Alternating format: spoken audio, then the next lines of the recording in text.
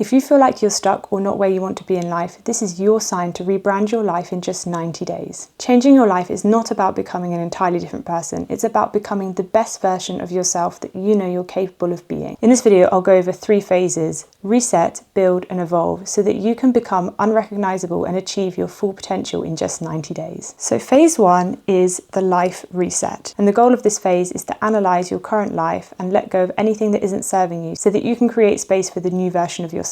So you're going to start with a self and life audit. So this is taking an honest look at your current life, your current habits, your mindset, the people that are in your life, the situations you're in, where you are financially, where you are in terms of fitness and nutrition. And you need to be really honest with yourself. If you're eating loads of junk food on the sofa every night, just write that down. The more honest you are with yourself, the quicker you're going to be able to make meaningful change. Following on from that, you want to compare your current life to your ideal dream life. If you don't know what your dream life looks like, you don't necessarily have to have a detailed plan of exactly how your life's going to look in 5 years' time, but it's a good idea to think about and write down some specific goals in different areas of your life that you would like to achieve over the coming months and years. And writing down your vision can be done in many ways. Some people benefit from writing down actionable goals. Other people benefit from making a mood board or a bingo card. But just remember, you don't only want to write down the things you want to do in the future, but you also want to write down the type of person you want to become, the qualities, the traits, how your future self will think, how they will react to situations. That can really help you start to visualize the change, and that's also going to make it feel easier to get started and remove that barrier and resistance to change. So to keep this life audit positive, because I know it's really hard to be honest with ourselves and actually say some of our habits and some of the situations we're in are not the best. Maybe you're feeling a little demotivated because where you are currently is a long way off your dream life and you're feeling a bit hopeless. To combat that, I would think about all the goals that you have achieved so far. And maybe you think, oh, I haven't achieved hardly anything and that's why I'm stuck. But you will have achieved some things over the last couple of years, even if it's something as small as making a new friend. Then once you've written down all the goals that you've already achieved, you can start writing down your long-term goals to achieve over the coming months and years. Obviously, you need to be realistic. Some goals are going to be much more long-term over the span of a few years, but don't underestimate how much you can change in 90 days. You can really level up and surprise yourself at the end of the 3 months how much you've changed as a person. So once you've completed your life audit and got very clear on your goals, you want to go ahead and start decluttering your life. And this is not only a physical decluttering your home of old clothes, of old things that you don't need anymore, but also a digital declutter, unfollowing anybody on social media that doesn't serve you, whether that's influencers, whether that's people you're not friends with anymore. And you also want to go ahead and remove any bad distractions that are really getting in the way of you achieving your goals. So things like putting your phone down. Your phone and social media are probably some of the biggest distractions that are preventing you from reaching your goals. So it's going to be very important, if you want to rebrand your life entirely over the next 90 days, that you put down your phone, you delete or severely restrict the amount of time you spend scrolling on social media apps that don't serve you and don't move you forward in your life. So for example, if you're spending too many hours scrolling on TikTok, I know I do, it's a good idea to set a time limit. You can do that within your phone so that after you've used up your time limit, you can't waste any more time on your phone. Decluttering your life also looks like getting rid of bad habits. So for example, if you are eating a lot of junk food, cakes, biscuits, chocolate, you need to get rid of those. I used to eat a lot of baked goods and I just had to stop buying them, because even if they were in the house, I didn't have the willpower to just have one. I would have the whole packet. So to remove that bad habit, I completely stopped buying processed baked goods. And if I wanted something sweet like a nice cake, I would have to make it myself, which is a lot healthier and prevents you from eating the whole thing in one go. Another bad habit could be waking up late and then feeling down and depressed that you've wasted half the morning. Instead of just putting that aside and getting on with the rest of your day and having a productive day, I would just cancel my whole day and I would spend the whole day depressed in bed, which is obviously not the mindset. And I know that when you're planning to change your life completely in 90 days, it can feel very overwhelming. The amount of things you want to change about yourself can be enough to just put you off getting started and really foster procrastination, which is definitely not what we want. So I would recommend starting with small actionable steps, small wins, tiny things that you can change each day. It doesn't have to be this massive change overnight. In fact, it's impossible to change completely overnight. Breaking bad habits and forming good ones takes at least 90 days. So you've got to be prepared for that and plan accordingly. And at the beginning, it's going to be about building momentum and staying in a positive mindset. So if you can actually do some quick, easy changes. Things like swapping scrolling on your phone at nighttime for reading a book. Or maybe you swap binge watching Netflix for actually consuming more mindful content, some podcasts that are going to really help educate you and help you gain knowledge to move yourself towards your goals. These small changes and quick wins are going to be easily noticeable. They feel easy to do. Therefore, you're removing the barrier of getting started. I know I spent a long time just thinking about wishing, wanting to change, but never actually getting up and doing anything about it. And that's because it just felt too overwhelming and something that I should put off for another day. But the truth is, there's never a perfect time to start. You just have to start where you are. It's going to be messy, it's going to be ugly,